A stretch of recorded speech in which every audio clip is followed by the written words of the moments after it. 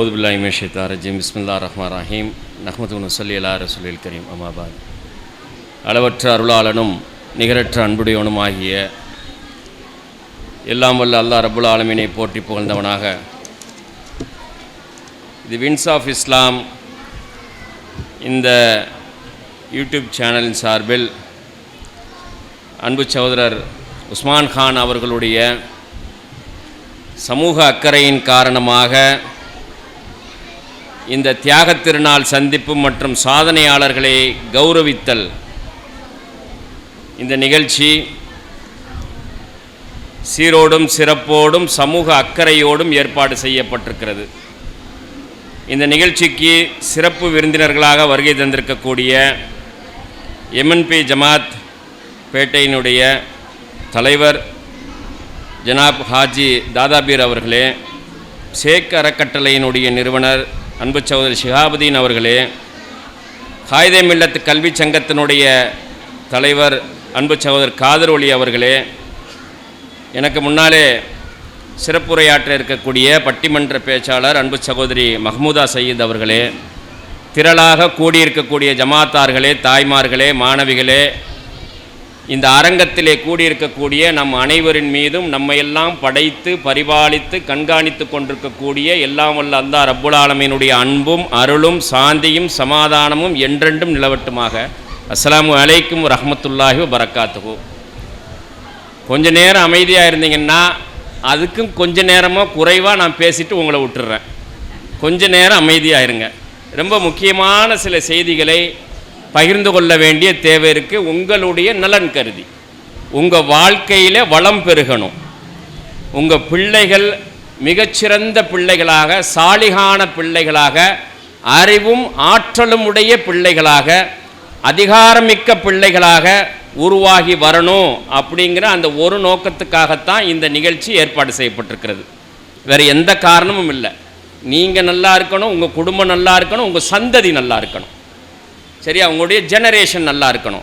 அதுக்காகத்தான் இந்த நிகழ்ச்சி ஏற்பாடு செய்யப்பட்டிருக்கிறது. ஒருத்தருக்கும் ஆயிரக்கணக்கான பிரச்சனைகள் இருக்குது. எல்லாரும் அப்படியே மகிழ்ச்சியாக சந்தோஷமாக இங்கே வந்து உட்காரல. பலவிதமான சிக்கல் இருக்குது. மனச்சிக்கல் இருக்கிறது, பொருளாதார பிரச்சனைகள் இருக்குது, வாழ்க்கை சிக்கல் இருக்கிறது, சரியா, வாழ்விட பிரச்சனைகள் இருக்கிறது, நோய்கள் இருக்கிறது. இது எல்லாத்தையும் தாங்கிக்கிட்டு இங்கே ஏதாவது நல்ல செய்தி சொல்ல மாட்டாங்களா?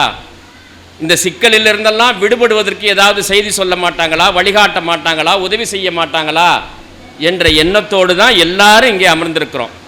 அப்போ இப்படிப்பட்ட ஒரு சூழலில் இந்த சிக்கல்கள் எல்லாம் தீர்வதற்கு சில முக்கியமான பாயிண்ட்ஸ் இருக்குது. அல்லாஹ்வுடைய ரசூலும் கொடுத்த வாக்குறுதி இருக்குது.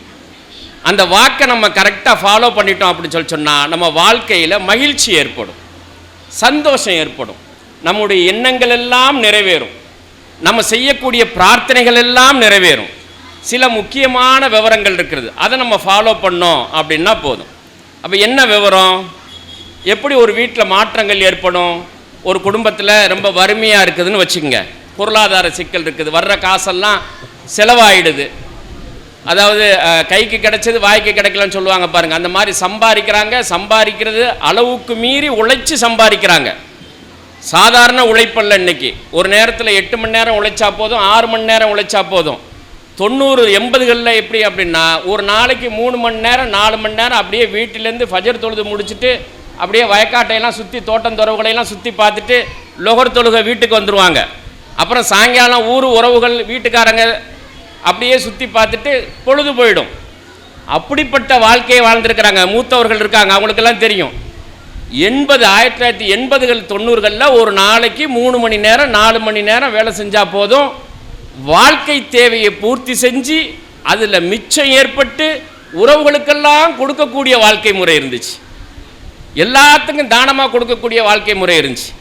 இன்றைக்கி இருக்கிற மாதிரி எல்லார் பையிலையும் பணம் இல்லை அன்னைக்கு. ஆனால் வீட்டில் ஒரு பக்கம் பார்த்திங்கன்னா நெல் குவிச்சு இருக்கும், ஒரு பக்கம் தேங்காய் இருக்கும், ஒரு பக்கம் மாங்காய் இருக்கும், ஒரு பக்கம் புளி இருக்கும். அது வேளாண் பொருளாதாரம், உயிருள்ள பொருளாதாரம்னு அதுக்கு சொல்லுவாங்க. நிலத்திலேருந்து உற்பத்தியாகி வரக்கூடிய உயிருள்ள பொருளாதாரம். அந்த பொருளாதாரத்தில் எல்லாத்துக்கும் செய்யணும், கொடுக்கணும், போட்டி பொறாமைகள் குறைவாக இருந்துச்சு அன்னைக்கு. அந்த மாதிரியான ஒரு சூழல்லேருந்து 1990 வாழ்ந்த அந்த ஒரு அமைதியான நிம்மதியான வாழ்க்கையிலிருந்து பரபரப்பான வாழ்க்கைக்குள்ளே வந்திருக்கிறோம். இப்போது நெருக்கடியான வாழ்க்கைக்குள்ளே வந்திருக்கிறோம். அன்னைக்கு இருந்த மாதிரியான உடல் நலமும் இன்னைக்கு கிடையாது. நிறைய நோய்கள் பெருகி இருக்கிறது. அன்னைக்கு இருந்த மாதிரியான அமைதியும் இன்னைக்கு இல்லை. மன ரீதியான நெருக்கடி, குடும்ப ரீதியான நெருக்கடிகள் பெருகி இருக்கிறது. கவனிங்க, இப்போ இதிலிருந்தெல்லாம் நம்ம கொஞ்சம் விளக்கு வேணும். ஒரு அமைதியான வாழ்க்கை வாழணும், ஆன்மீகமான வாழ்க்கை வாழணும் அப்படின்னு சொல்லி விரும்பினா நம்ம என்ன செய்யணும் அப்படின்னா, முதல்ல நான் ஒரு முக்கியமான 2-3 பாயிண்ட் சொல்லி முடிச்சுக்கிறேன், கொஞ்சம் கூர்ந்து கவனிங்க. வீட்டை ஆன்மீகமான வீடாக நீங்கள் மாற்றி அமைக்கணும். ஃபஸ்ட்டு பாயிண்ட், நீங்கள் குடியிருக்கக்கூடிய வீடு இருக்குது பாருங்க, ஆன்மீகமாக மாற்றி அமைக்கணும்னா மனசு முதல்ல ஆன்மீகமாக மாறணும். வீடு ஆன்மீகமாக மாறணும்னா மனசு முதல்ல, வீட்டில் குடியிருக்கிறவங்களுடைய மனசு ஆன்மீகமான மனசாக மாறணும். அல்லாஹ்வை அதிகமாக திக்ர் செய்யக்கூடிய மனசாக மாறணும். அதுதான் துவக்கம். உள்ளத்தினுடைய பெருமானார் ரசூலுல்லாஹி ஸல்லல்லாஹு அலைஹி வஸல்லம் அவங்கள்ட்ட கேட்டாங்க, நோயினுடைய பிறப்பிடம் எது அப்படின்னு சொல்லி கேட்டாங்க. சரியா? பெருமானார் ரசூலுல்லாஹி ஸல்லல்லாஹு அலைஹி வஸல்லம் சொன்னாங்க, மனித உடலிலே ஒரு பகுதி இருக்கு, ஒரு சதை துண்டு இருக்கிறது, அது சீரழிஞ்சா முழு உடலும் சீரழிஞ்சிரும். அப்படி முழு உடலும் சீரழிஞ்ச மனிதர்கள் வாழக்கூடிய சமூகமும் சீரழிஞ்சு போயிடும். அந்த ஒரு பகுதி சீராக இருந்துச்சு, நல்லா இருந்துச்சுன்னா முழு உடலும் சிறப்பாக இருக்கும், சமூகமும் சிறப்பாக இருக்கும். யார சூழல்லாம் அது எந்த பகுதி அப்படின்னு கேட்கும்போது அல்லாஹ்வுடைய தூதர் சொன்னாங்க, கல்ப், மனிதனுடைய உள்ளம். நோயினுடைய பிறப்பிடம் இருக்குது பாருங்க. நோய் எங்கே இந்த உருவாகுது? உடல்ல ஏற்படக்கூடிய நோயே. அந்த நோய்க்கே காரணம் என்னன்னா, உள்ளத்தில் ஏற்படக்கூடிய கவலைகள், நெருக்கடிகள், சிக்கல் தான் உடல்ல நோயா மாறுது. உள்ளத்தில் அச்சம் ஏற்பட்டுச்சு, ஆங்ஸைட்டிம்பாங்க, டிஸார்டர், ஆங்ஸைட்டி டிஸார்டர், அந்த மாதிரியான ஒரு பதற்றம் ஏற்பட்டுச்சுன்னா அது நேர கிட்னியை தாக்கும். அதனால தான் பிள்ளைகளை நீங்கள் அதட்டினோடனே அந்த பிள்ளை என்ன பண்ணுது? யூரின் போயிருது. பார்த்தீங்களா? ஒன்றும் பண்ணலை, அடிக்கலை கொள்ளலை, ஒன்றும் பண்ணல, டேய் அப்படின்னு அதட்டின உடனேயும் யூரின் போயிருது பாருங்க. இதுதான் அடையாளம். அப்போ என்னென்னா, உள்ளத்தில் ஏற்படுது, உடலில் தாக்கும். ஒரு பயம் வந்துருச்சுன்னா, அப்பா நான் ஒரு காட்சியை பார்த்தேன், என் மூச்சே நிற்கிற மாதிரி ஆயிடுச்சு அப்படின்னு சொல்லுவோம் பாருங்க. ஒன்றும் பண்ணலை, யாரும் தொடலை, எதுவும் பண்ணலை, பார்த்தாங்க, அந்த மூச்சு விடக்கூடிய நுரையீரலில் பிரச்சனை ஏற்பட்டுருச்சு. உள்ளத்தில் ஏற்படக்கூடிய அச்சம் உடலுடைய ஒவ்வொரு பகுதியையும் தாக்கும். அப்போ உள்ளத்தை சுத்தமாக வச்சுக்கிறதுக்கு பாருங்க, உங்கள் உடலை சுத்தமாக வைக்கும், உங்களுடைய பண்பாடு, அணுகுமுறை, அகலாக்குன்னு சொல்லுவோம் பாருங்க, ஆட்டிடியூடு, அந்த ஆட்டிடியூடை மாற்றிடும். ஆட்டிடியூடு அழகாயிடுச்சுன்னா நீங்கள் வாழக்கூடிய வீடு அழகாக மாறும். உங்களோடு இருக்கக்கூடிய மனிதர்கள் அழகான மனிதர்களாக மாறுவாங்க. உங்களை பற்றிய பெருமிதம் ஏற்படும், உங்களை பற்றிய நல்ல புரிதல் ஏற்படும். உங்களுடைய வாழ்க்கை பயனுள்ள வாழ்க்கையாக மாறும். முதல்ல மாற்றம் எங்கேருந்து வரணும்? மனிதனுடைய உள்ளத்திலிருந்து வரணும். அதனால தான் பிள்ளைகளுக்கு எப்படி பாடம் நடத்தணும், இந்த மாதிரி நண்டு வண்டு இருக்கு பாருங்க, இந்த நண்டு வண்டுக்கு எப்படி பாடம் நடத்தணும் அப்படிங்கிறதுக்கு பெருமானார் ரசூலுல்லாஹி ஸல்லல்லாஹு அலைஹி வஸல்லம் அவர்களுக்கு அல்லாஹ் திருமறையில் சொல்லி காட்டுறான். ரசூலுடைய வேலை என்ன அப்படின்னு சொல்லி காட்டி, அதே மாதிரி இந்த பிள்ளைகளுக்கு சொல்லி கொடுங்க அப்படின்னு அல்லாஹ் திருமறையில் சொல்லி காட்டுறான். எப்படின்னா, முதல்ல அந்த பிள்ளைகளுக்கு அல்லாஹ்வுடைய வசனங்களை ஓத கற்றுக் கொடுங்கள். First point.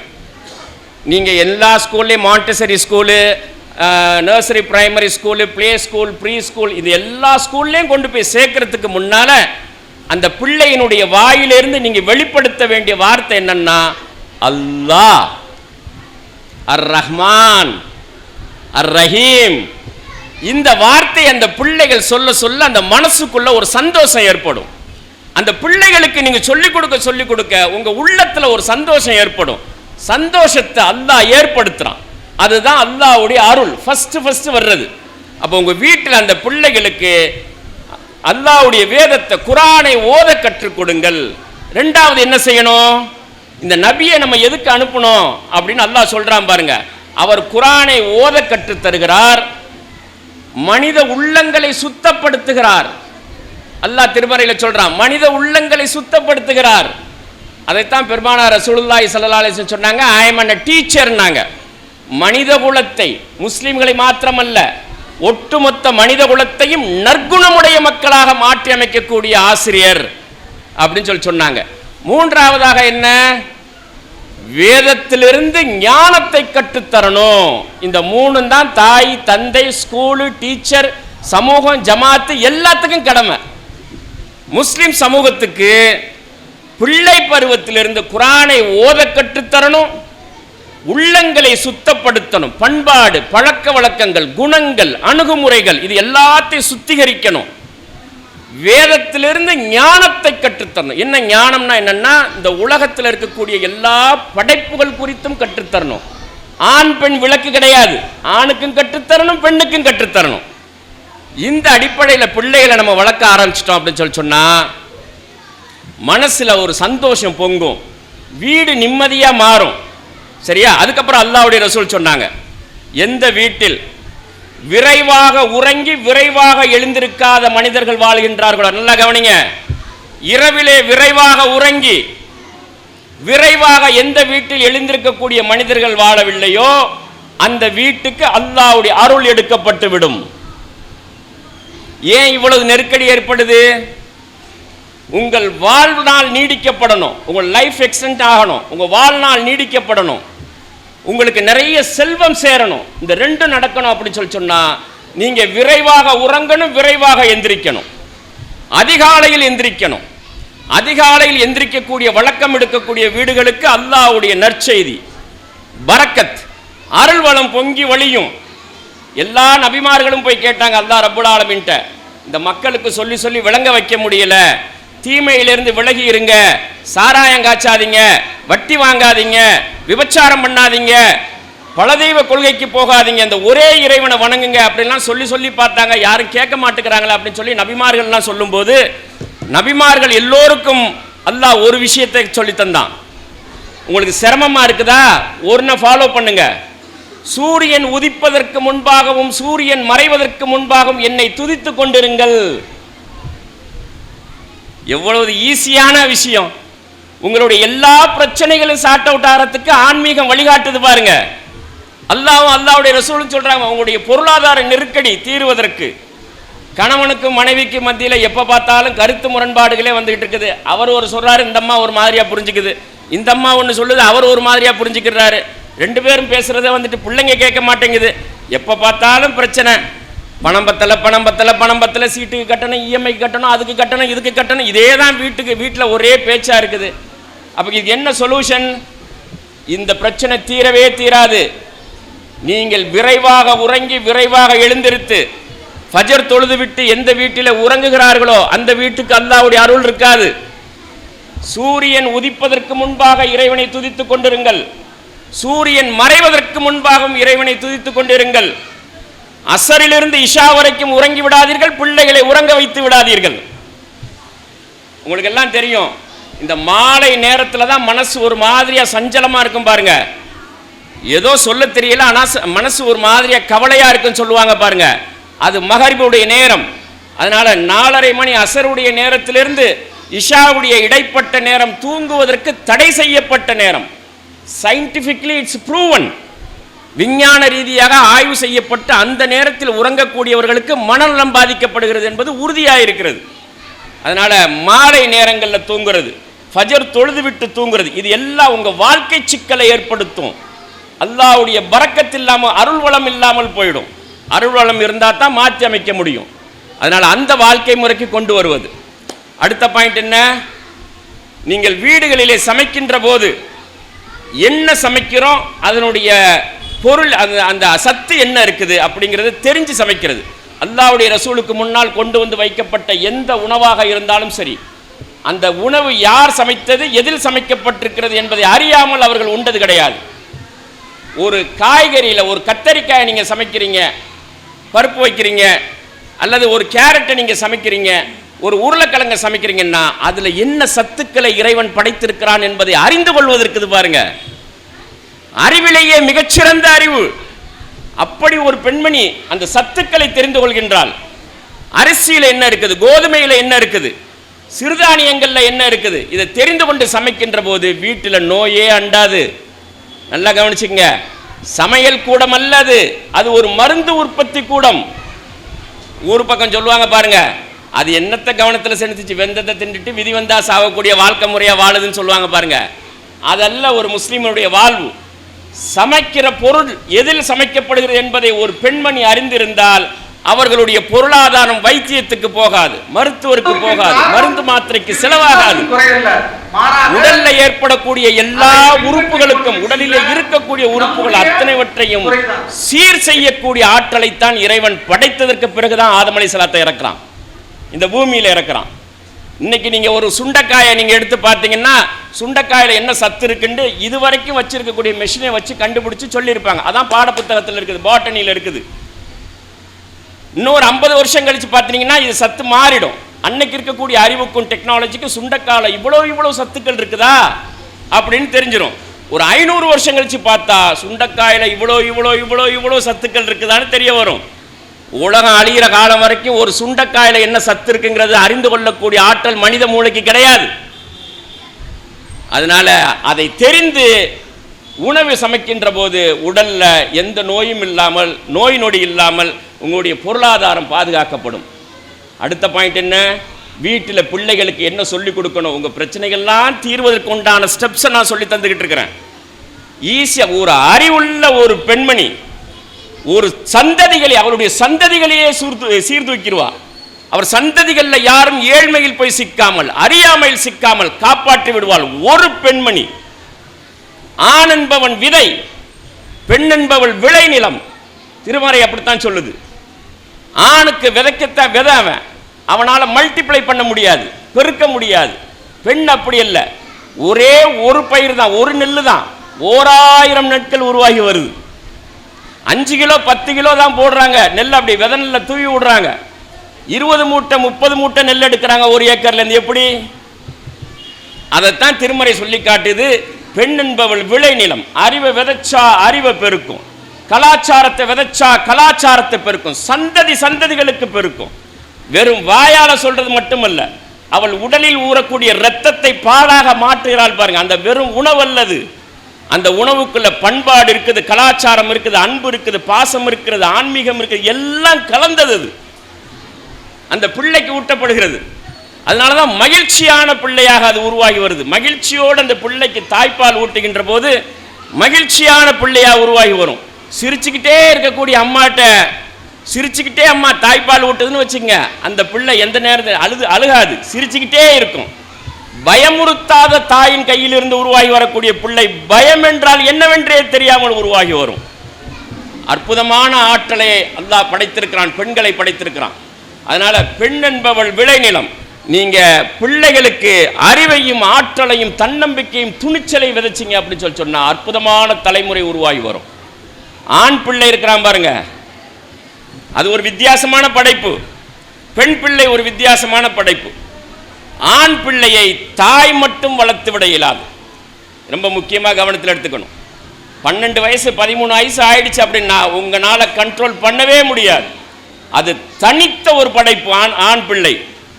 அந்த ஆண் பிள்ளைக்கு தந்தையினுடைய அரவணைப்பும் தந்தையினுடைய வழிகாட்டுதலும் இருந்தால் மட்டும்தான் அந்த ஆண் பிள்ளை சிறப்பான பிள்ளையாக உருவாகி வரும்.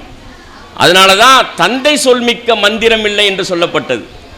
வழிகாட்டுதல், சமூகத்துக்கு வழிகாட்டுதல், துணிச்சலை கொடுப்பது, தன்னம்பிக்கை கொடுப்பது, ஆண்மையை கொடுப்பது, கலாச்சாரம், பண்பாடு எல்லாவற்றையும் அது தந்தையினுடைய பொறுப்பாக இருக்கிறது. தாயும் தந்தையும் ஒரு சேர பிள்ளையை உருவாக்கி எடுக்கணும்.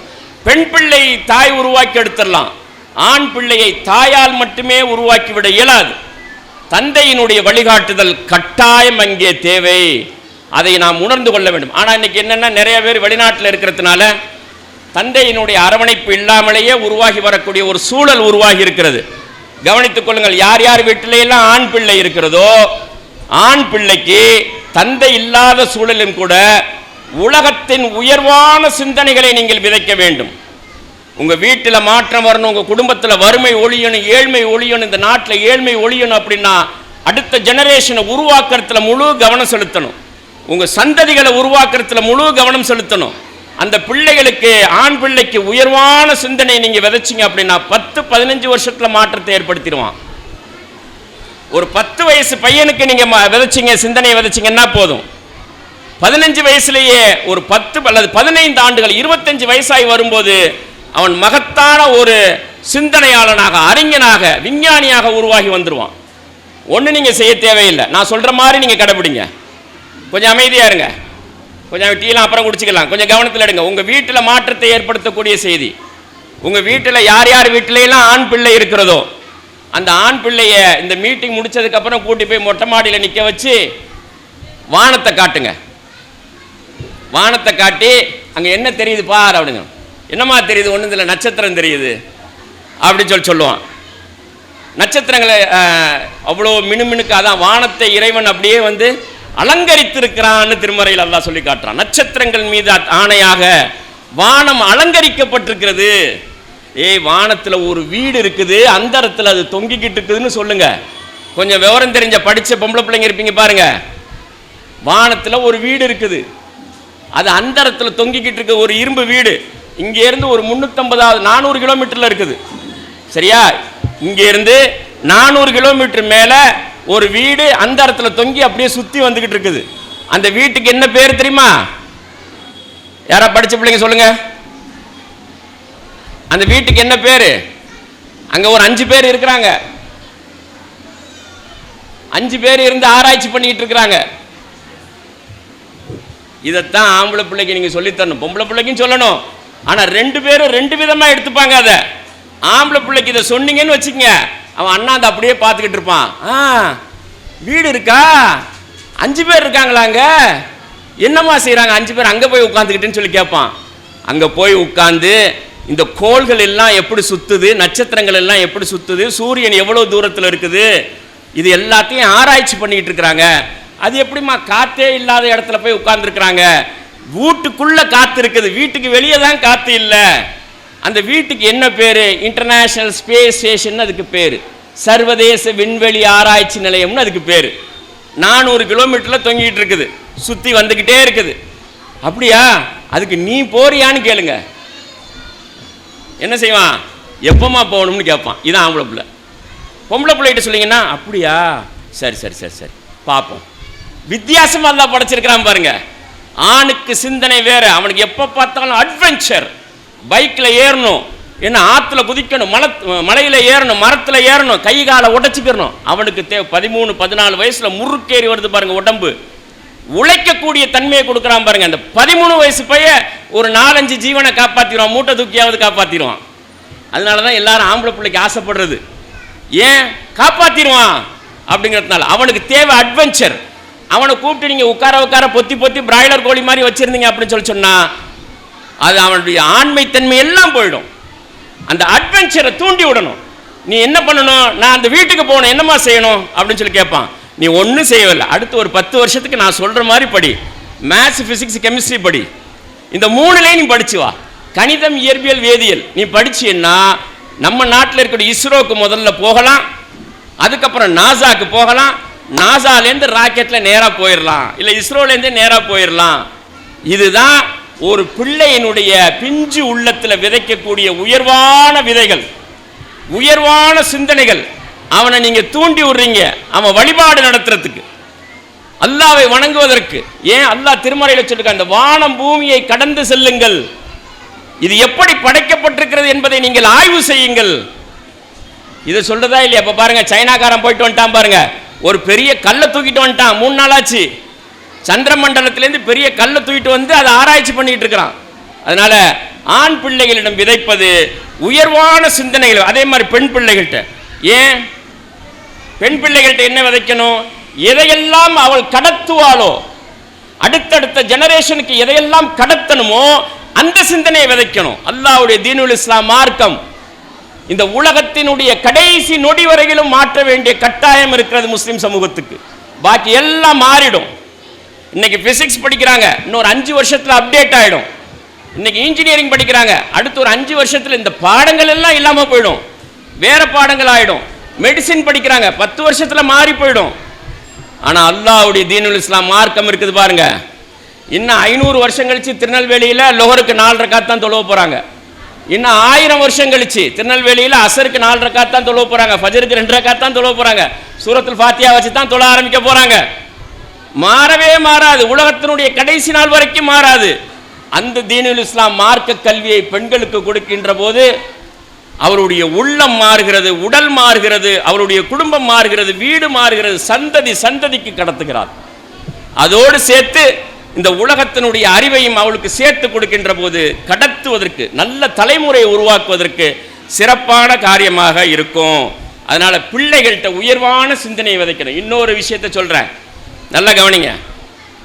ஒரு தாய் வந்துட்டு எப்படி விதைக்கணும் அப்படிங்கிறதுக்கு இன்னொரு விஷயத்தை சொல்றேன். சமீபத்தில் ஒரு ஆராய்ச்சி பண்ணாங்க 2 பேர். என்ன ஆராய்ச்சினா, கோயம்புத்தூரில் இருக்கக்கூடிய பாரதியார் பல்கலைக்கழகத்தை சேர்ந்த 2 பேராசிரியர்கள் ஆராய்ச்சி பண்ணாங்க. படித்து கொண்டிருக்கக்கூடிய ஆண் பிள்ளையிடமும் பெண் பிள்ளையிடம் எப்படிப்பட்ட சிந்தனையை விதைக்கணும் அப்படிங்கிறதுக்கு அடையாளம் பாருங்க. எங்க பார்த்தாலும் புற்றுநோய் ஜாஸ்தி ஆகிக்கிட்டே இருக்குது. அதில் குறிப்பாக பெண்களுக்கு தான் மார்பக புற்றுநோய், அதே மாதிரி கர்ப்பப்பை புற்றுநோய், நுரையீரல் புற்றுநோய், வாய் புற்றுநோய், இப்படி அதாவது மனித நமக்கெல்லாம் தெரியாத விஷயங்கள், புதிதாக மிக மோசமான வியாதிகள் பெருகி கொண்டிருக்கிறது. இவருக்கா இப்படியா அப்படிங்கிற மாதிரியான புற்றுநோய். சென்னையில் இருக்கக்கூடிய அடையார் புற்றுநோய் அந்த ஆராய்ச்சி நிலையத்தில் போய் பாருங்க, கூட்டம் நிரம்பி வழியுது, கேன்சர். அப்போ இந்த 2 பேராசிரியர்களும் என்ன செஞ்சாங்க அப்படின்னா, இதுக்கு ஏதாவது நம்ம செஞ்சாகணும் அப்படின்னு முடிவு பண்ணுறாங்க. அதுதான் கல்வி. நல்ல ஒரு தாயின் தந்தையும் தான் இந்த மாதிரி தலைமுறையை உருவாக்க முடியும். படிக்கிறது முக்கியம் அல்ல, அவர் எப்படி வாழ்ந்தார், பட்டம் வாங்கிறது முக்கியம் அல்ல, அவர் எப்படிப்பட்ட வாழ்க்கையை எப்படிப்பட்ட இந்த சமூகத்துக்கு என்ன செஞ்சிருக்கிறார் அப்படிங்கிறது கொடுக்கறது தான் ரொம்ப ரொம்ப முக்கியம். என்ன செஞ்சாங்க அந்த 2 பேரும்? இப்படி புற்றுநோயால சமூகம் செத்துக்கிட்டு இருக்குது, சொத்துக்கள் எல்லாம் அழிஞ்சுக்கிட்டு இருக்கு, வைத்தியம் பார்க்க முடியல, நோயினுடைய பிடி, இன்னைக்கு மருந்தே கிடையாது, ஒரே ஒரு டெக்னாலஜி மட்டும்தான் இருக்குது. அது வேதனையிலும் வேதனையினான டெக்னாலஜி. புற்றுநோய்க்கு மருந்தே கிடையாது. அப்போ மருந்து கண்டுபிடிச்சாகணும் அப்படிங்கிற இடத்துக்கு வர்றாங்க. சாரதா தேவி, சரவணன் சொல்லி 2 பேராசிரியர்கள். இதாங்க கல்வி. அல்லாஹ்வுடைய ரசூலும் மூமினான பிள்ளைகளிடமிருந்து எதிர்பார்க்கக்கூடிய கல்வி இதுதான். சரவணன், குரு சரவணன், சாரதா, அந்த 2 பேராசிரியர்களும் தமிழ் சமூகத்தில் இந்தியாவில் இந்த மாதிரி பெருகி கொண்டிருக்கக்கூடிய புற்றுநோய்க்கு மருந்து கண்டுபிடிக்கணும் அப்படின்னு முயற்சி எடுத்து அவங்க ஒரு செடியை எடுத்தாங்க. தமிழ்நாட்டினுடைய மாநில மலர் எது? மாணவிகள் சொல்லுங்க. தமிழ்நாட்டினுடைய மாநில மலர் சொல்லுங்க. கூகுள் எடுத்து போடாதீங்க, உடனே கூகுளை திறந்து பார்த்துடுறது. மாநில மலர் எது தெரியாதா? அப்படின்னு யாரோ சொல்லி கொடுத்துருக்குறாங்க. அது கிடையாது. மாநில மலர் தமிழ்நாட்டுடைய, திருநெல்வேலியில் இருக்கிறோம், பச்சை தமிழச்சிகள் எல்லாரும். தமிழ்நாட்டினுடைய மாநில மலர் எதுன்னு கேட்டால் தெரியல. இந்த கேட்டு சொல்கிறேன், இல்லை மொபைல் ஃபோனை பார்க்குறேன். செங்காந்தல் மலர். செங்காந்தல் மலரை எடுத்து அந்த மலரை ஆய்வு செய்கின்றார்கள். அந்த செடியினுடைய தண்டு இருக்குது பாருங்க, அதை கட் பண்ணி அந்த தண்டிலிருந்து ஒரு என்சைம்ஸ் வரும், ஒரு லிக்விட் வரும். அந்த என்சைம்ஸை எடுத்து அவங்க ஆராய்ச்சி பண்ணுறாங்க. இப்போ புற்றுநோய்க்கு என்ன மருத்துவம் இருக்குன்னா கீமோதெரப்பி மட்டும்தான் இருக்குது. அது கொடுமையிலும் கொடுமை, வேதனையிலும் வேதனையானது. அது மருத்துவம் கிடையாது, இட்ஸ் எ டெக்னாலஜி. இண்டஸ்ட்ரியில் தயார் பண்ணுறதுக்காக மருந்தை கண்டுபிடிக்காம டெக்னாலஜி மட்டும் கண்டுபிடிச்சிருக்கிறாங்க. இந்த 2 பேராசிரியர்களும் செங்காந்தல் மலர், அந்த செடியினுடைய தண்டிலிருந்து எடுக்கப்பட்ட என்சைம்ஸை வச்சு செக் பண்ணாங்க. குறிப்பிட்டு ஒரு உடலிலே எங்கெல்லாம் புற்றுநோய் செல்கள் இருக்கிறதோ அதை குறிவைத்து கொள்கிறது. இதான் கல்வி.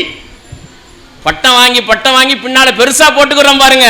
என் பிள்ளை பிஇ படிச்சிருக்கிறது, எம்பிஏ படிச்சிருக்கிறது, என்ன பலன், என்ன கான்ட்ரிபியூஷன், உயிர்களுக்கு என்ன கான்ட்ரிபியூஷன், இந்த நாட்டுக்கு என்ன கான்ட்ரிபியூஷன். 2 பேராசிரியர்களும் செஞ்சிருக்கக்கூடிய சாதனை, மத்திய அரசு அவர்களுக்கு பேட்டன்ட் ரைட் வழங்கி அது பாதுகாத்து இப்போ ஆராய்ச்சி மேம்படுத்தி மருந்தாக கொண்டு வருவதற்கு உண்டான வேலைகளை செய்து கொண்டிருக்கிறார்கள். இதுதான் கல்வி. அப்போ பிள்ளைகள்கிட்ட என்ன விதைக்கணும் அப்படின்னு சொன்னா, உன்னுடைய வாழ்நாளில் பதிவை ஏற்படுத்தக்கூடிய விதமாக நீ எதையாவது ஒன்றை கண்டுபிடிச்சிட்டு போ. ஏகப்பட்ட கிட்னி ஃபெயிலியர், சிறுநீரக பாதிப்பு எல்லாம் போய் டயாலிசிஸ் பண்ணக்கூடிய அளவுக்கு மாறி போயிருக்குது பாருங்க. இன்னும் ஒரு 10 வருஷத்தில் 40 வயசை எட்டிட்டாவே டயாபெட்டிஸ் இல்லாத ஆளே கிடையாதுங்கிற மாதிரி ஆகி போயிடும். நீரிழிவு நோய், சுகர் பேஷண்ட்டு எல்லார கையிலையும் மருந்து மாத்திரை. இப்போ நீங்கள் வீட்டுக்கு போய் பாருங்க, திரும்புகிற இடமெல்லாம் மருந்து மாத்திரை. காலையில் சாப்பிட்றதுக்கு முன்னால், சாப்பிட்றதுக்கு பின்னால், பிறகு இப்போ சாப்பாட்டுக்கு இடையில மாத்திரை. இது என்ன வாழ்க்கை? இது சீரழிஞ்சு போயிருக்கு சமூகம். 90களில் இப்படி வாழலை. சரியா? இது வாழ்க்கை கிடையாது. இது அடிமைத்தனம், சிந்தனை அடிமைத்தனம். சிந்தனை அடிமையானவர்களுடைய வாழ்க்கை எதை கொண்டு வந்து குப்பையை கொட்டினாலும் அதை ஃபாலோ பண்ணிட்டு போவாங்க. அதனால் இது போன்று நீரிழிவு நோய், சுகர் பேஷண்ட்டுக்கு பாருங்க, அது வந்து எப்படி தெரியுமா? இந்த செவத்தில் கிராமங்களில் சொல்லுவாங்க தெரியுமா, கருப்பட்டியை தடவிட்டு போயிட்டான்னு சொல்லி. சும்மா போகிற போக்கில் கருப்பட்டியை தடவிட்டு போயிட்டோம்னு வச்சுங்க. 2 பேர் பேசிக்கிட்டு இருந்தாங்களாம் திண்ணையில். அவன் போய் ஒருத்தன் போய் தண்ணி கேட்டிருக்கிறான், தண்ணியும் தரல. இவன் என்ன பண்ணான், எழுத்த மாதிரி இருக்கக்கூடிய செவத்தில் போய் அப்படியே கொஞ்சம் கருப்பட்டியை தடவிட்டு போயிட்டான். அவன் பாட்டு போயிட்டான்.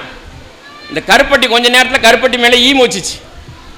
ஈ மொய்க்கிறத பார்த்து ஒரு பூனை அங்கேருந்து பாஞ்சு இந்த ஈயை பிடிக்க போயிருக்குது. பூனை பாயிறத பார்த்து 2-3 நாய் வந்திருக்குது.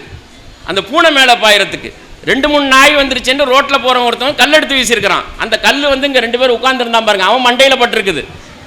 ஊர் சண்டை, தெரு சண்டை, சாதி சண்டையாக மாறிப்போச்சு. இதுதான் டயபெட்டிஸ், சுகர் பேஷண்ட். சுகர்னு சொல்கிறதுக்கு பாருங்கள், கொஞ்சம் கொஞ்சம் கொஞ்சமாக எல்லாத்தையும் வாங்க வாங்க வாங்கன்னு கூட்டிகிட்டு வந்துடும். இதுக்கு என்ன காரணம்? வாழ்க்கை முறை தவறு, இபாதத் இல்லாத வாழ்க்கை முறை, இறை துதிப்பு இல்லாத, திக்ர் இல்லாத வாழ்க்கை முறை. இதுதான் காரணம். அப்போ இதுக்கு என்ன செய்கிறது? அது வந்துச்சுன்னா கிட்னியை பாதிக்கும், ஹார்ட்டை பாதிக்கும், எல்லாம் செய்யும். கிட்னி இன்னைக்கு ஏகப்பட்ட பேஷண்ட் இருக்கிறாங்க, ஃபுல்லாக செயலிழந்து போன கிட்னிகள். இதை செயல்பட வைக்கிறதுக்கு நான் படிப்பேன் ஒரு ஆணோ பெண்ணோ படிக்கிறா பாருங்க, அதுதான் கல்வி. அல்லாஹ்வுடைய ரசூல் விரும்புகிறது. நான் படைத்த உயிர்களுக்கு சேவை செய்வதற்காக படித்துக் கொண்டிருக்கிறாள், ஆராய்ச்சி செய்து கொண்டிருக்கிறாள். அவளுடைய வாழ்வை பயனுள்ள வகையிலே வாழ்ந்திருக்கிறாள், பதிவை ஏற்படுத்தியிருக்கிறாள். இன்னார் வாழ்ந்தாங்க. வேலூர்ல சிஎம்சின்னு ஒரு ஹாஸ்பிட்டல் இருக்குது பாருங்க, ரத்த புற்றுநோயா இருந்தால் இப்போ அங்கே தான் போகணும். அந்த ஆஸ்பத்திரியை துவங்கினது 2 பெண்கள், முக்கியமாக ஒரு பெண்ணு. 2 முஸ்லிம் பெண்கள் இறந்து போனதை பார்த்து விட்டு கவலையோடு தன் சொத்துக்களை எல்லாம் விட்டு லண்டனுக்கு போய் சொத்தையெல்லாம் வித்துட்டு வந்து துவங்கினது தான் வேலூரில் இருக்கக்கூடிய சிஎம்சி காலேஜ். இன்னைக்கு ரத்த புற்றுநோயின்னா அங்கே தான் போகணும், வேற எங்கேயும் போக முடியாது. கவலையோடு உருவாக்கப்பட்ட ஒரு பெண்மணி இவ்வளோ பெரிய ஒரு மருத்துவமனையை உருவாக்கி இருக்கிறது. கோடான கோடி மக்களுக்கு அது வைத்தியம் பார்த்து கொண்டிருக்கிறார்கள். இதுதான் கல்வி. உங்கள் பிள்ளைகளை இப்படித்தான் படிக்க வைக்கணும், பையனை இப்படித்தான் படிக்க வைக்கணும். இது ஏன் 1200 வருஷம் ஆச்சு ஒரு பல்கலைக்கழகத்தை உருவாக்கி. இதாங்க கல்வி. படிக்கணும், பிள்ளைகளுக்கு சொல்லிக் கொடுக்கணும். 17 வயது நிரம்பிய ஒரு பெண்மணி உருவாக்கினது, ஃபாத்திமா என்று சொல்லக்கூடிய ஒரு பெண்மணி உருவாக்கின ஒரு யூனிவர்சிட்டி கின்னஸ் புத்தகத்தில் இடம்பெற்றிருக்கிறது. தி oldest academic granting institution university in the world, உலகின் பழமையான பட்டம் வழங்கும் பல்கலைக்கழகம் என்று கின்னஸ் புத்தகத்தில் இடம்பெற்றிருக்கிறது. 1200 வருஷம் கழிச்சு சிஎம் சலீம் நெல்லையில் திருநெல்வேலியில் உட்கார்ந்து விங்ஸ் ஆஃப் இந்தியா அந்த அந்த அந்த அமைப்பு நடத்தக்கூடிய உஸ்மான் அன்னைக்கு நடத்தக்கூடிய நிகழ்ச்சியில் பேசிட்டு இருக்கிறேன். 1200 வருஷம் கழிச்சு இன்னைக்கும் செயல்பாட்டில் இருக்குது. இப்படியே மதுரையிலேருந்து ஃப்ளைட் ஏறினீங்கன்னு வச்சுக்கோங்க, துபாயில் போய் இறங்கி துபாயிலேருந்து நேராக போய் காசப்ளாங்கில் இறங்குவீங்க, மொரோக்கோவில். அதுக்கு பக்கத்தில் பார்த்துட்டு நாளான்னைக்கு ஓடியாந்துடலாம். 50,000 ரூபா பணம் இருந்துச்சுன்னு வச்சுங்க, இன்னைக்கு ராத்திரி போயிட்டு 2-3 நாளில் வந்துடலாம், அதை போய் பார்த்துட்டு வந்துடலாம். ஃபாத்திமா அல் ஃபிக்ரி என்று சொல்லக்கூடிய ஒரு 17 வயது நிரம்பிய பெண்மணி தன் தந்தையினுடைய சொத்துக்கள், தனக்கு பங்காக கிடைத்த சொத்துக்கள், இது எல்லாத்தையும் வைத்து ஒரு யூனிவர்சிட்டியை உருவாக்கினாங்க, ஜாமியா அல் காரவன். 1200 வருஷம் ஆச்சு. அல்லாஹ் பாதுகாக்கலாம் பாருங்க.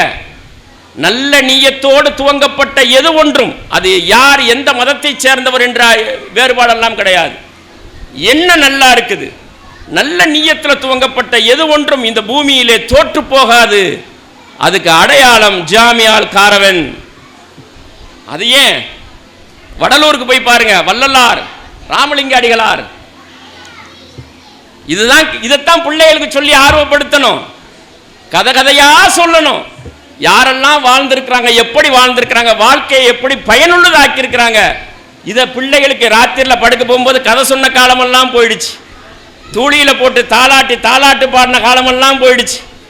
சரியா? பிள்ளைய படுக்க போட்டுக்கிட்டே ஒரு கதை சொல்லுமான்னு கதைகளாக சொன்னாங்க பாருங்க.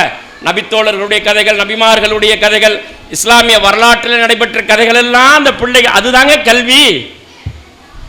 அது எல்லாம் மறைஞ்சு போச்சு. நல்ல பழக்கமெல்லாம் முஸ்லீம்கள்ட்டேருந்து நிறைய மாறி போயிடுச்சு. 1865 இன்னையிலேருந்து ஒரு 150 வருஷத்துக்கு முன்னால் இந்த மதுரை இருக்குது பாருங்க, விருதுநகர், மதுரை, தேனி, திண்டுக்கல், இந்த மாவட்டங்கள் எல்லாம் பஞ்சத்தில் மனிதர்கள் நடக்கும்போதே செத்து செத்து விழுந்தார்கள். கொடுமையான பஞ்சம். 1865 அந்த எப்படின்னா, பெற்ற தாய் தன் பிள்ளையை சுட்டு தின்னாள். வரலாற்றில் பதிவாயிருக்குது. 150 வருஷத்துக்கு முன்னால் நடந்தது. இதே தமிழ்நாட்டில், இதே விருதுநகர் மாவட்டத்தில், மதுரையினுடைய மேற்கு பகுதியில் 1865 அப்படிப்பட்ட பஞ்ச காலத்தில் சென்னையில் வாழ்ந்த மண்ணடியில் எங்கள் வீட்டுக்கு ஒரு 4 வீடு தள்ளி தான் அவங்க வாழ்ந்தாங்க. ராமலிங்க அடிகளார் அவங்க என்ன பண்ணாங்க, வள்ளலார், இப்படி பஞ்சத்தில் மக்கள் சாகுது, நமக்கு என்ன பண்ண, என்னால் என்ன பண்ண முடியும் அப்படின்னு சொல்லி கடலூர் பக்கத்தில் இருக்கிற வடலூருக்கு வந்து ஒரு சங்கத்தை கட்டினாங்க. ஒரு மடத்தை கட்டி அந்த மடத்தில் ஒரு அடுப்பை பற்ற வச்சாங்க. சரியா, ஒரு கிச்சன் அமைச்சு முதல்ல 1870 அந்த அடுப்பு பற்ற வச்சாங்க. பற்ற வச்சுட்டு சொன்னாங்க, யார் வந்தாலும் சரி, மதத்தை பார்க்காத, சாதியை பார்க்காத, 3 நேரம் சாப்பாடை போடு, சோத்தை போடு, சாதி மதம் எதையும் பார்க்காத. 1870 பற்ற வச்ச அடுப்பு, அதுக்கு பெயர் அணையா நெருப்பு என்று பெயர். இந்த நிமிடம் வரைக்கும் நான் பேசிக் கொண்டிருக்கக்கூடிய இந்த நிமிடம் வரைக்கும் எரிந்து கொண்டிருக்கிறது. 160 வருஷமா அல்லாஹ் பாதுகாக்கிறான் பாருங்க. சந்ததியா அதை பாதுகாத்துக் கொண்டிருக்கிறார்கள். எந்த வேறுபாடும் கிடையாது. இதுதான் கல்வி. இதுதான் கல்வி. டூர் போறீங்க பாருங்க, ஃபைனலா சொல்லி முடிச்சிடுறேன், 3 நிமிஷம் இருக்குது, நான் சீக்கிரமா போகணும். நீங்க நேரா வந்துட்டு கீழே நின்று சொல்லுவாங்க, கம்பம் போய் கம்பத்தை தாண்டி போங்க, கூடலூர் தாண்டி மேலே போனீங்கன்னா ஒரு அணை இருக்குது. அந்த அணை முல்லை பெரியார் அணை, கேள்விப்பட்டிருப்பீங்க. சரி, வைகை ஆற்றுக்கு தண்ணி வருது பாருங்க, முல்லை பெரியார் அணை. டூர் போகும்போது அந்த பக்கம் நீங்கள் போகலாம், குமுளி பக்கம் போனீங்கன்னா போய் பார்க்கலாம். அந்த அணை எப்படி கட்டப்பட்டுச்சு தெரியுமா? உங்கள் ஆம்பளை பிள்ளைக்கும் பொம்பளை பிள்ளைக்கும் பாடமாக படித்து கொடுக்க வேண்டிய பாடம், எந்த சிலபஸும் சொல்லித்தராது. சரியா, அது ஒரு கம்பெனிக்கு அவனை ஒரு ஊழியனா மாற்றத்துக்கு உண்டான பாடம் தான் அவங்களுக்கு இன்னைக்கு இருக்குது. இதுதான் உயிருள்ள பாடம். அதே அந்த 1865 நான் சொன்னேன், வள்ளலார் வாழ்ந்த அதே அந்த பஞ்சத்தில் வாழ்ந்து அந்த மக்கள் எல்லாம் வந்து ஒரு பிரிட்டிஷ் ஒரு இன்ஜினியர்கிட்ட வந்து முறையிட்டாங்க. பஞ்சமா போச்சு, விவசாயம் பண்ணுறதுக்கு தண்ணி இல்லை, மக்கள் எல்லாம் செத்து மடியுது, ஏதாவது செய்யுங்க அப்படின்னு சொன்ன உடனேயும், இத்தனைக்கும் ஈஸ்ட் இந்தியா கம்பெனியில் கொள்ளையடிக்க வந்த ஈஸ்ட் இந்தியா ராணுவம், அதில் வந்த ஒரு பிரிட்டிஷ் ஜெனரல், ஒரு சிவில் இன்ஜினியர், அவன் என்ன பண்ணான், மலையில் ஏறி பார்த்தான், மேற்கு தொடர்ச்சி மலையில், கேரளா சைடு போய் பார்த்தான். ஒரு வருஷத்தில் பெய்யக்கூடிய மழையில் பெய்யக்கூடிய 40% தண்ணீரும் அப்படியே இன்னும் மேற்க போய் அரபிக்கடலில் கலந்துக்கிட்டு இருந்துச்சு. அந்த தண்ணியை கிழக்க திருப்பி விட்டா இந்த பகுதி ஃபுல்லாக விவசாயம் பண்ணலாம், வாழ்வாதாரம் கிடைக்கும், உயிர் பிழைச்சிருவாங்க. தேனி மாவட்டம், திண்டுக்கல் மாவட்டம், விருதுநகர், ராமநாதபுரம், இந்த பகுதி முழுக்க அந்த மேற்க போகிற தண்ணியை கிழக்க திருப்பி விடணும். அதுக்கு என்ன செய்யறது சொன்னா, ஒரு ப்ராஜெக்டை ரெடி பண்ணி ராணிக்கு அனுப்பிச்சு விட்டான், லண்டனுக்கு, குயின் எலிசபெத்துக்கு. ராணி ஓரளவுக்கு நிதி கொடுக்குறேன், நீ பண்ணு அப்படின்னு சொல்லிட்டாங்க. வேலையை ஆரம்பிச்சாங்க. ஆயிரக்கணக்கான ஊழியர்களை வச்சு அந்த மலையை கொஞ்சம் கொஞ்சமாக குடஞ்சி உச்சிக்கு ஏறினாங்க. பல பேர் வந்துட்டு பாம்பு கடிச்சு தேள் கடிச்சு இறந்து போனாங்க. ஆனால் முயற்சியை விட்டுறாம உச்சிக்கு போய் கடைசியில் அந்த பாறையை உடைக்கிற நேரத்தில் பருவமழை காலம் வந்துருச்சு. வெள்ளம் அடிச்சுக்கிட்டு போனதில் இவங்க செஞ்ச வேலைகள் எல்லாம் நாசமாக போயிடுச்சு. மறுபடியும் ஜீரோக்கு வந்துட்டாங்க. பிரிட்டிஷ் ராணி என்ன பண்ணுச்சு, இதுக்கு மேலே தர்றதுக்கு காசு இல்லை, இந்த ப்ராஜெக்ட் வந்துட்டு அது கேன்சல் பண்ணிடுச்சு. It's drop. விட்டானந்தாலு இந்த இன்ஜினியர் விட்டானா, இவன் தான் கல்வியாளன். நேராக லண்டனுக்கு போனான். தான் குடியிருந்த வீட்டை, சொந்த வீட்டு, பாரம்பரிய வீடு, அதை பிடிச்சி விற்றான். தன் நண்பர்கள்ட்ட இருக்கக்கூடிய நேர நண்பர்கள்ட்ட எல்லாம் போய் கொஞ்சம் கொஞ்சமாக கையேந்து காசை திரட்டினான். தன் மனைவி கழுத்தில் கிடந்து காலில் கிடந்து வீட்டில் இருக்கக்கூடிய பண்டம் பாத்திரம் எல்லாத்தையும் பிடிச்சி விற்றான். நிதி திரட்டிட்டு வந்து சொந்த முயற்சியில் மறுபடியும் துவங்கினா வேலையை. மறுபடியும் துவங்கி போய் அந்த மலை பெரிய பாறை, அந்த பாறையை உடைச்சி தண்ணியை திருப்பி விட்டான் பாருங்க. முல்லை பெரியார் அணை. யார் அவர் பேர் என்ன? போய் பார்த்தீங்கன்னா அவருக்கு சிலை இருக்குது. Pennycuick, general Pennycuick, engineer Pennycuick. 125 வருஷம் ஆச்சு. இப்போ அவருடைய கொள்ளு பேரங்கள்லாம் வந்தாங்க, கொள்ளு பேரன்லாம் வந்தாங்க. அந்த தேனி மாவட்டத்தில், விருதுநகர் மாவட்டத்தில் இருக்கக்கூடிய விவசாய மக்கள் எல்லாம் அவங்கள தூக்கி தோளில் வச்சுக்கிட்டு ஊர்வலம் போனாங்க, மாலை மரியாதை செஞ்சு. இன்னைக்கும் தேனி மாவட்டத்தில் விவசாய வேலையை ஸ்டார்ட் பண்ணுறதுக்கு முன்னால் பென்னி குயிக்குடைய ஃபோட்டோ வச்சு அதை சாமி கும்பிட்டு தான் விவசாய வேலையை ஆரம்பிக்கிறாங்க. பல பிள்ளைகளுக்கு பென்னி குயிக் என்று பெயர் சூட்டப்பட்டிருக்கிறது. ஒரு இன்ஜினியர், சிவில் இன்ஜினியர். நம்ம வயிற்று பொழப்புக்காக படிச்சுட்டு இருக்கிறோம், வாழ்க்கைக்கு படிக்கல. பிள்ளைகளை படிக்க வைக்கிறது என்ன, சீக்கிரம் சம்பாதிக்கணும், வீடு கட்டணும், இதுக்கு பேர் கல்வி கிடையாது. உன்னுடைய வாழ்வு பயனுள்ள வாழ்வாக வாழணும்னு எந்த தாயும் தந்தையும் அந்த பிள்ளைகளுடைய உள்ளத்தில் விதைக்கிறார்களோ, சாலிகான பிள்ளைகளாக அந்த பிள்ளைகள் உருவாகி வரும். அவர்களுக்காக அல்லாஹ்ட்ட துஆ செய்யணும், யா அல்லாஹ் என்னுடைய பிள்ளைகளை, என்னுடைய சந்ததிகளை இந்த பூமிக்கும் உன்னுடைய தீனுல் இஸ்லாம் மார்க்கத்துக்கும் நீ படைத்த உயிர்களுக்கும் பயனுள்ளதாக ஆக்கித்தா. ஒரு தாய் கேட்கிறா பாருங்க, ஒவ்வொரு பக்தலையும் சஜிதால கேட்கிறா பாருங்க, அவளுக்கு கவலை ஏற்படும் போதெல்லாம் கேட்கிறா பாருங்க. அவளுக்கு பொருளாதார நெருக்கடி வரும்போது, யா அல்லாஹ் என் குடும்பத்தினுடைய நிலையை மாற்றித்தா, என் பிள்ளைகளை சிறந்த பிள்ளைகளாக்கு, என் வீட்டுக்காரன் சம்பாதிக்கிற காசு பத்தலை, சிரமமாக இருக்குது, கடன்காரர்கள் தொல்லை ஜாஸ்தியாக இருக்குது, நோய்கள் ஜாஸ்தியாக இருக்கிறது, இந்த நோய்கள்லேருந்து என்னை காப்பாற்று அப்படி சொல்லும்போது என் பிள்ளைகளை சிறப்பாக்கித்தான் சொல்லி ஒரு தாய் கேட்குறா பாருங்க. இந்த துவா ஏற்றுக்கொள்ளப்படாமல் வேறு எந்த துவா ஏற்றுக்கொள்ளப்படும்? அல்லாஹ்வுடைய தூதர் சொன்னாங்க, ஃபைனலாக சொல்லி முடிக்கிறேன், எந்த ஒரு தாய் 2 பெண் குழந்தைகளை பெற்று, ஆம்பளை பிள்ளைக்கு சொல்லலை, எந்த ஒரு தாய் 2 பெண் பிள்ளைகளை பெற்று அந்த பிள்ளையை, அந்த 2 பெண் பிள்ளைகளையும் வளர்க்கின்ற காலமெல்லாம் அந்த தாய் சந்திக்கக்கூடிய வேதனைகளை, சோதனைகளை சகித்துக் கொள்கிறாளோ, புலம்பாமல், ஆகா இதுவும் பொம்பளை பிள்ளையா போச்சே அப்படி புலம்பிராமல் எந்த ஒரு தாய் சகித்துக் கொள்கிறாளோ, அந்த பிள்ளைகளை சிறப்பான கல்வியாளர்களாக மாற்றி நல்ல ஒருவனுக்கு திருமணம் செய்து கொடுத்து அவர்கள் ஒரு குடும்ப பெண்மணியாக உயர்த்துகின்ற காலமெல்லாம் சந்திக்கக்கூடிய நெருக்கடிகளை எந்த ஒரு தாய் பொறுத்துக் கொள்கிறாளோ, அந்த தாய் நரகம் சென்று விடாமல் காவலாளிகளாக இந்த பெண் பிள்ளைகள் நிற்கும். யாருக்கெல்லாம் பொம்பளை பிள்ளை இருக்குது, ஒரு பிள்ளை இருந்தாலும் சரி, கேரண்டி முடிஞ்சு போச்சு. சரியா? அல்லாஹ்வுடைய ரசூலும் கேரண்டி கொடுத்திருக்கிறாங்க. ஆமா, இணை வைத்தல் இல்லாமல் இருங்கள், பெரும்பாவம் இல்லாமல் இருங்கள், நீங்கள் சொர்க்கம் செல்வீர்கள்.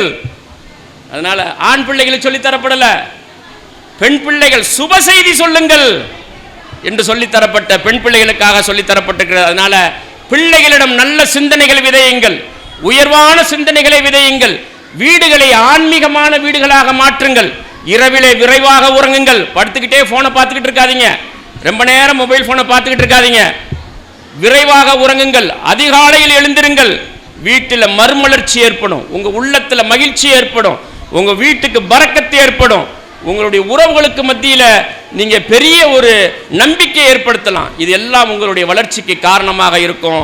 இப்படி ஒரு அழகான நிகழ்ச்சியை ஏற்பாடு செய்து உங்களை எல்லாம் சந்திப்பதற்கு வாய்ப்பளித்த அல்லாஹ் ரப்புல் ஆலமீனுக்கும் இந்த நிறுவனத்துக்கும் அன்பு சகோதரர் உஸ்மான் கான் அவர்களுக்கும் என்னுடைய நெஞ்சார்ந்த நன்றியை தெரிவித்து விடைபெற்றுக் கொள்கின்றேன். வாஹிர் தாவானா அல்ஹம்துலில்லாஹி ரப்புல் ஆலமீன். அஸ்ஸலாமு அலைக்கும் வரஹ்மத்துல்லாஹி வபரகாத்துஹு.